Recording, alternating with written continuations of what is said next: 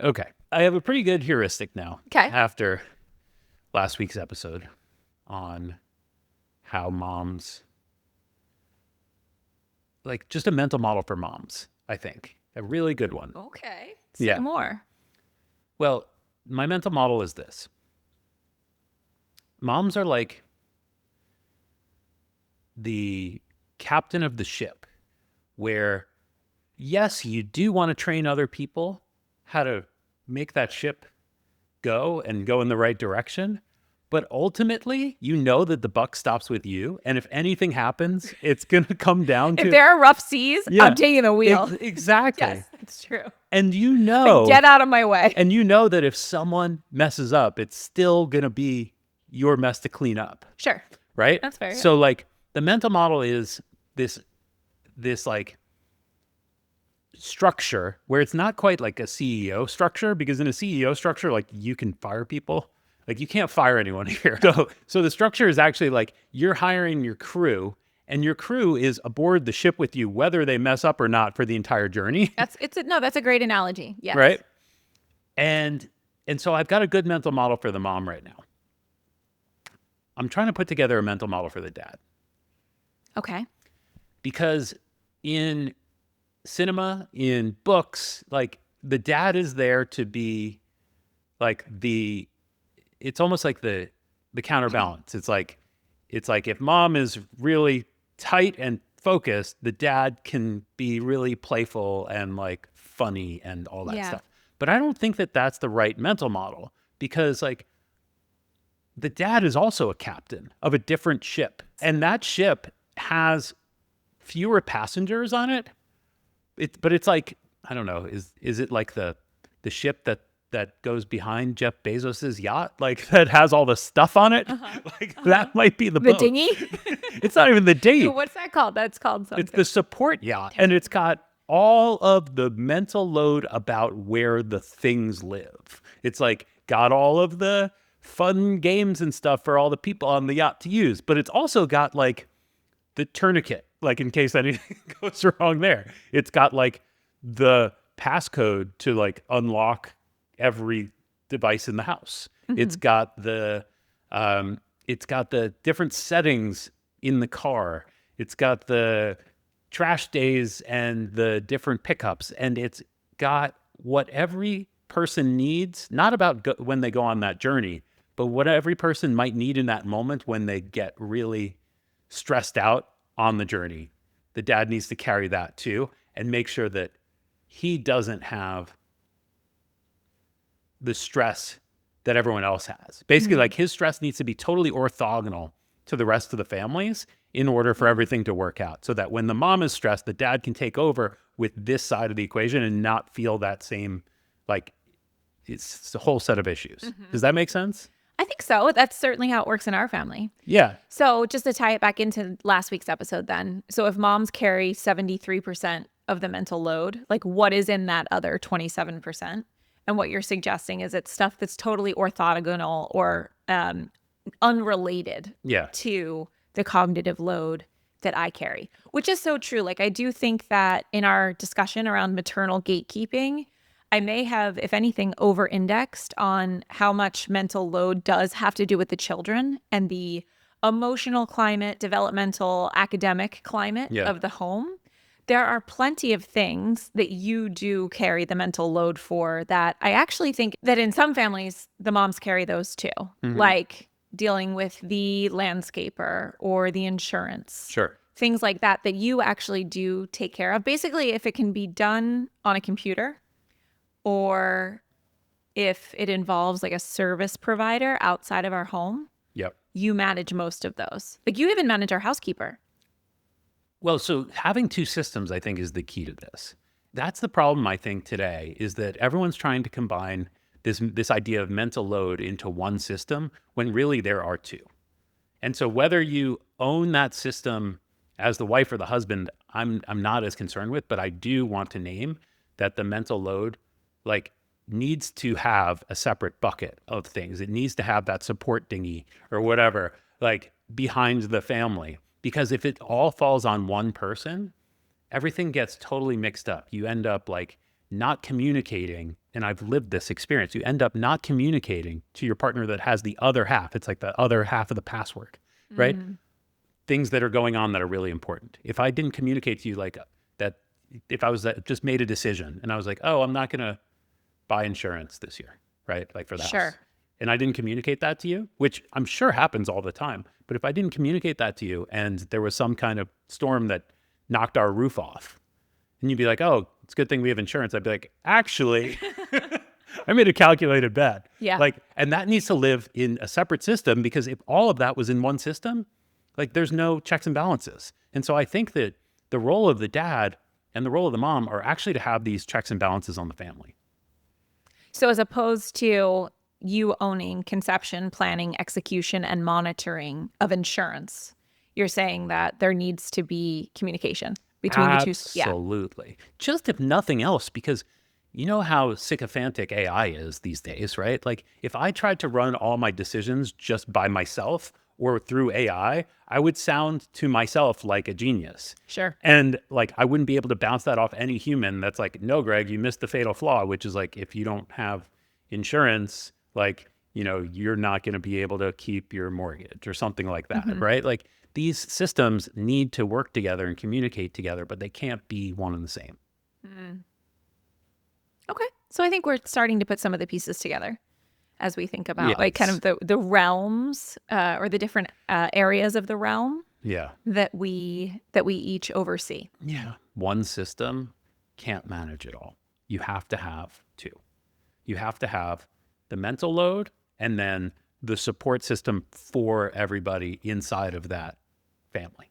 That's what I'm saying, is if you have a mom that is managing both the mental load as well as all of the logistics, finances, how everything works, like you're gonna overwhelm the system, and it's not gonna know what to do.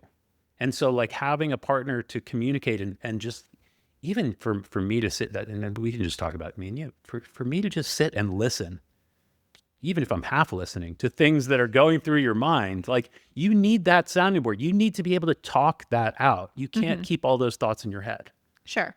right? That's impossible. That's not a good Well, I think you're system. talking about two kind of different things. So there's definitely like that need to have someone as a sounding board and to feel like we're making decisions together, even if I am ultimately the one grabbing the wheel, right? And then you're talking about something different that I think you really showed up in the research that I prepared for this week around the dad variable, right? Like how does dad's influence really not just add additional support, but also create a more resilient system?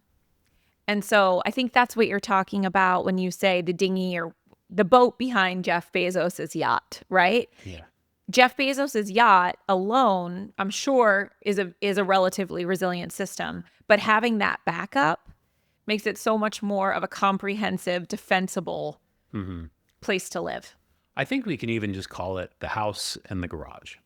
Like you own the house and I own the garage. Sure, in some ways, yeah. And like that's kind of the way to think about it. Like what goes in the house versus what goes in the garage. And like the cars go in the garage, but also so do the bikes and so do the things in storage and the random things in the different lockers and cabinets and cubbies. Like those are the things that I pretty much own and need to purge and clean out once in a while. It's where the extra light bulbs are. Exactly. It's where the gym equipment is. Yeah. Exactly. And I think that's probably my mental model is like, you could have a house without a garage, but that would really suck. And you can't have a garage without a house. That would just be weird. But so like, I think that that's probably my best analogy for the family. I see that. Yeah. Okay. And the dad's utility. I think that there are some places that research would say that the dad is really instrumental, even more so than usual in the house. And so I wanted to share with you some of the research that I picked up. So, and these are really like the most research backed would be at mealtime and at playtime. But then there's also some evidence that say that dads really are impactful during bedtime and early learning. And so all of this shows how it's not just a different outcome. It's not like 1 + 1 make 2. It's that 1 + 1 make more than 2 because of how dad shows up differently than mom in those settings. And so, the thing I can think about even just outside of the family context, but when our kids go to preschool and it's a co-op, so there's always parent volunteers there. And when there is a dad on the playscape, the play completely changes, Yeah. right? I mean, the boys truly they just become more macho.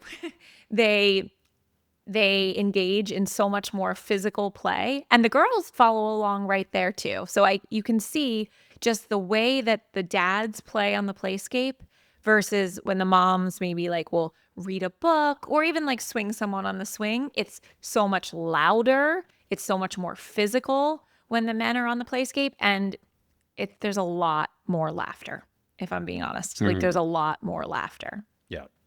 And so, and that's what they say as far as, what the research has shown around the way that dads play with kids in general. So much more risk tolerant and likely to push kids in more of like an uncomfortable or unfamiliar territory.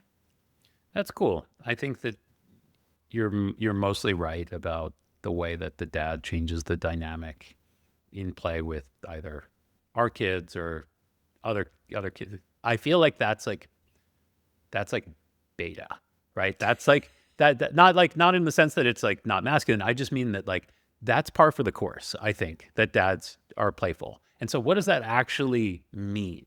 Does it mean that I'm going to stop you for a second Yeah. because I'm reading Richard Branson's autobiography, Yeah. Losing My Virginity. I just started it last night, and the beginning part is all about his family. And he does not have a playful dad at all. He has like a pretty quiet, reserved, warm father, but a man of few words and definitely not a playful guy. Interesting. I don't So I think don't know if it's table stakes. I don't think that I meant that it's table stakes and that every dad has that. I actually think that I mean that providing that feels like you like giving hugs to the kids when they get hurt. Okay. If that makes sense. Like Feels like a core responsibility as a dad, it feels, whether it's you're into it or not. Not even playful necessarily, but like providing that different energy. Because I think that's what you named, is that you said the energy is different on the Yes. playscape. And I think that in any family, the dad does need to provide different energy than the mom. If the dad is providing the same energy as the mom, there's probably a lot of missed opportunities, right? Because like I need to notice things that you don't, and vice versa. Yeah, I think that's pretty rare. Right. So I think that actually is the part of my mental model that I'm adding to right now, is that playfulness does not equal dad necessarily, but different energy does. And so a dad bringing different energy is the thing that like I would say at the highest level separates the mom from the dad. Or provides more complexity and resilience to the system. Yes. It's just different energies. Yes. Yeah. Do you feel pressured in this day and age to be playful? No, I don't feel pressured to be playful. I don't feel any pressure about anything, really. I think that I just intuitively knew coming into this relationship that I needed to provide different energy to our kids, and naming it out loud just feels like makes sense. Like it connects with me. It lands. Okay, so what kind of different energy would you say your dad brought to the home? My dad brought grounded energy like 90% of the time when my mom was either ungrounded or lost her temper or just, was being more militant. My dad was like, the problem was he opened up this exposure, and it's one that I'm very careful of, which is treating the kids differently than the mom would when the mom isn't around. So basically, like, I learned to go to my dad for certain things. Right. Right. And I would go to my mom for other things. And I think that was me being manipulative, but they should have caught on. Right. They shouldn't have let that happen. They should have, every time I went to my dad for something, he should have said, let me connect with your mom first. Right. And so what I hear when you say that is that, maybe your dad didn't feel like he had the authority or ownership over kind of the child rearing to talk with your mom about that. Sure. Either that, or he saw things differently and wasn't willing to speak up. Yeah. I mean, who knows why? Right. Right. Right. Well, I think that in every relationship, there's always a point where, like, I'm sure you have seen me do something with the kids and you didn't speak up in the moment and we talked about it later. Like, that happens probably quite often. Rarely. I always speak up. I'm bad about not speaking up in the moment. I think what I'm getting at, though, is that it's okay to have a difference of opinion, but it's not okay to not connect or align either in that moment or later on. And I think the responsibility of a dad is usually around making sure that he's aligned with what's going on with the house, that the garage is not getting disconnected, because it's the house's job to provide stability. And if the garage disagrees with some of the ways that that stability is being provided, it must speak up. It must come and approach and say, hey, because it's not really the house's responsibility to look after the garage and make sure that the garage is coming along. The house has a lot going on. I hear that. Yeah, I think that's true. I had a really good dad, and I think that I'm a really good dad too. And I think that some of the research that you've pulled out shows me where I could lean in a little bit more, but it also shows me that, I don't know, I don't feel connected to those dads on the playground at Sunflower. I don't feel connected to even volunteering at Sunflower. I don't think that's a good place for me. Mm-hmm. I love being playful. I love being silly. I don't love roughhousing with them because it ends up where they get too carried away and someone gets hurt, sometimes me. Like, I like learning side by side. I like explaining to them things that I'm doing. I like them asking questions and me pulling aside. I like when we go explore new places and we're all on vacation together. Like, I'm very different from my dad in a lot of ways. And I'm very different from the dads in the research that's there. And I don't feel like I need to apologize for any of it. You know? I don't think you do. I don't think you do. So it's a notice that I've had recently, which is like, I'm very secure in how I show up as a dad. And a lot of it is very different from how my dad showed up. And sometimes that's conscious because I didn't like the way he showed up there. Or I felt like it exposed him to too much, to overweighting, spending time with kids versus actually working on himself, which came to bite him in the ass. Mm-hmm. And, I see how your dad plays with kids and the way that your dad is. And I'm just not, I don't find myself jealous at all. I know. Yeah. Yeah. Well, we discussed, I mean, way back in our family play episode, right? Yeah. That you like to play through things like scrapbooking, which is like side by side, sharing memories, imparting wisdom. You're not necessarily that like rough and tumble play kind of dad. I can be like that if it's on my terms, but usually it's not. And that's the thing about really young kids is like, there's things that they want to do and it's not very congruent with the things that I want to do. And I'm not going to show up so well if I'm just like bending over backwards to make them happy. Mm-hmm. I'd rather make jokes, tell stories, tickle them, like, give them tons of snuggles and hugs, let them like ask questions about the world, explore something, learn something together, look up Star Wars facts on Grok with Maverick, like things like that, bring me a lot of joy and peace. But like, even throwing the ball at the park, is great, but I can only do that for 5-10 minutes. I don't have that kind of attention span when it comes to like putting in the deep work with the kids on a skill the way that other dads do. I just don't. I know you don't. And that's okay. I do. Yeah.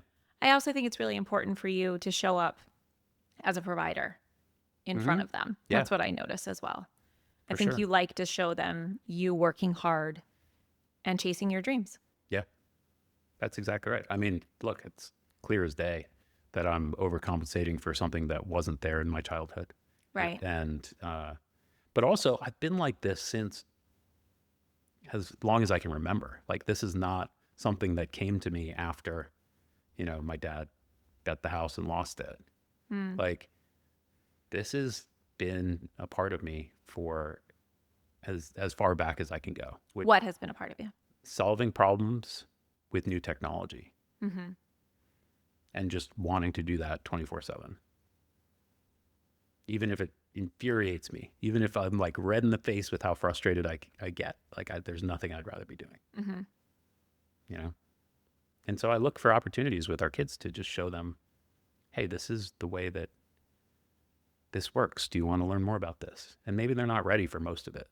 And maybe, our values are a little bit different than my family's when I was growing up and I was given unlimited screen time and unlimited computer time and stuff like that. Mm-hmm. But there's going to be a time when this is going to come in handy, and they're going to be very grateful that I'll sit there with them for 4 hours, helping them to learn the stuff that I'm really into. Mm-hmm. I think it's great. I think that you do things a bit differently than what the research says or what I see, a lot of the dads that show up to the preschool playscape, but that's great. Yeah. And I also think that you have a nice way of thinking about this other 30%. If we just say de facto right now, moms tend to bear 70% of that cognitive load. And if you want to try to move it towards 50-50, great. But if you don't, making that other 30% really add resilience to the system, really be that support boat in the back that kind of has the safety net for when things go wrong, I think is a really nice way of thinking about how to make me feel that even though I'm carrying the majority of it, the 30% you carry is really important when things go wrong. Yeah, for sure. Or when I'm tapped out. Like I'm a father, but I'm a husband before that. And with my kids, I want to be a mentor. That mentorship, only when they're really open and ready for it, is the thing that I look forward to providing every day. Mm-hmm. Mm-hmm. It's different than a coach. My dad was the coach for all the sports teams, and made me never want to do that. Yeah. Say a little bit more about that. Oh my God. So if I'm on a team as an 8-year-old and my dad's the coach, one, it separates me from the rest of the kids. So already there's a divide. Mm-hmm. Two, like the pressure is all on me to perform as well as the position that I'm put in. And if I am not put in the position that I want, then I'm still 8 and I'm going to go to my dad and complain. And so he's in a spot where he has to decide between somebody that deserves that position or me, which reinforces this loop that I'm different from the kids, which creates a horrible, horrible feedback loop of either distance or like whenever we're off the field or out of the spotlight or in school, like, man, am I going to get it as a kid? Horrible. And yet I begged for it. Why did I beg for it? Because it was a source of pride. It's like when Maverick says, my dad is here volunteering. Mm. And I think that is healthy to do like once for one thing, but it's super unhealthy for it to have been my source of pride and self-esteem that my dad was the coach. Mm-hmm. Basically, it meant to me that I was not prepared to have any other parent coach me. Sure. So, Yeah. And I got what I wanted. Right. And yeah, that's interesting. Right? Yeah. I guess the sassiness in me says, like, my dad was never my coach. He was way too busy climbing his own mountains. There we go. He was off being a badass. He couldn't be a coach. He didn't have time. Exactly. And it's not that he didn't love me. It's that he was doing important things. Mm-hmm. Yeah. And I'm really proud of that. Exactly. And Yeah. that's the thing that I really hope for too. It's like right now, I'm sorry I didn't volunteer at school. Like, I'm sorry that you saw other dads and not me. Yeah. That kind of sucks. must not feel great. I hope one day you will reflect and see that I was out doing really important things and achieving goals and dreams for myself and for my family. Yeah. Right? Mm-hmm. I think that'll come around. Sure. And also just being honest with myself that if I can't be present, if I can't show up somewhere for 3 hours and be present, I might as well not show up. I admire that about you. I really do. I admire that about you. Thanks. Yeah, because I think you're way less susceptible. You're way less susceptible to external messages of what you should be doing than many of us are, than certainly I am. You've helped me with that a lot. Like your research mind and your first principles mind questions a lot of these things that feel right to me, but are not necessarily society's version of right. Can you give an example? Organized sports.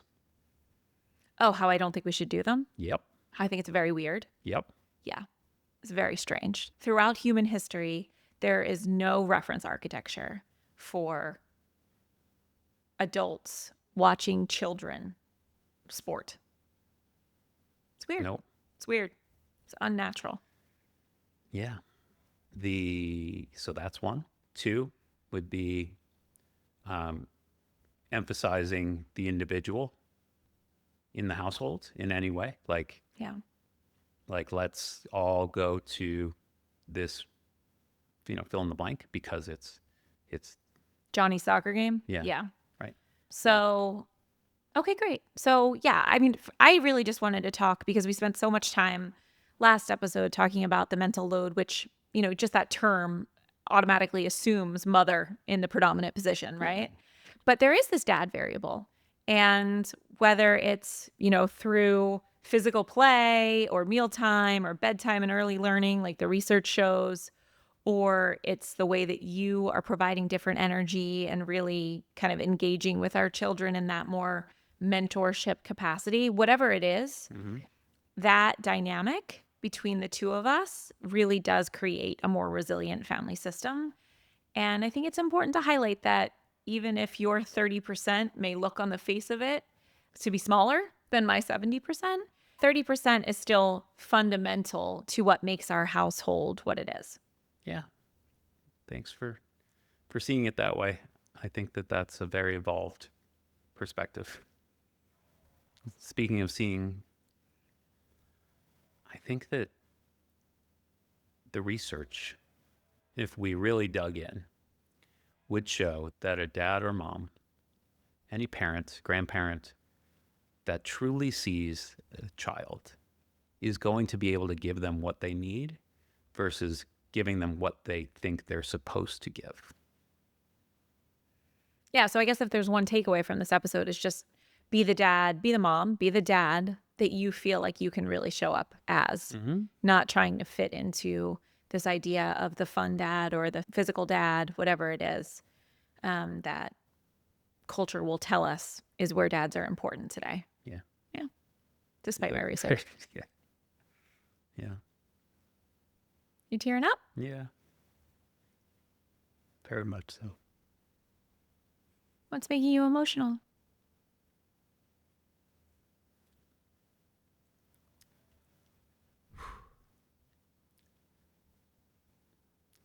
The idea that even though I wouldn't do a lot of the things that my dad did, he did them because he saw what I needed. He did them because he saw what you needed. And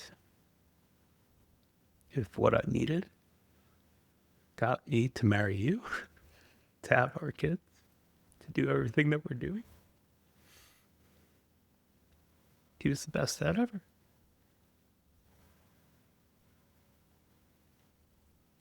And I think he'd agree that he did his job. Yeah, I think he would too.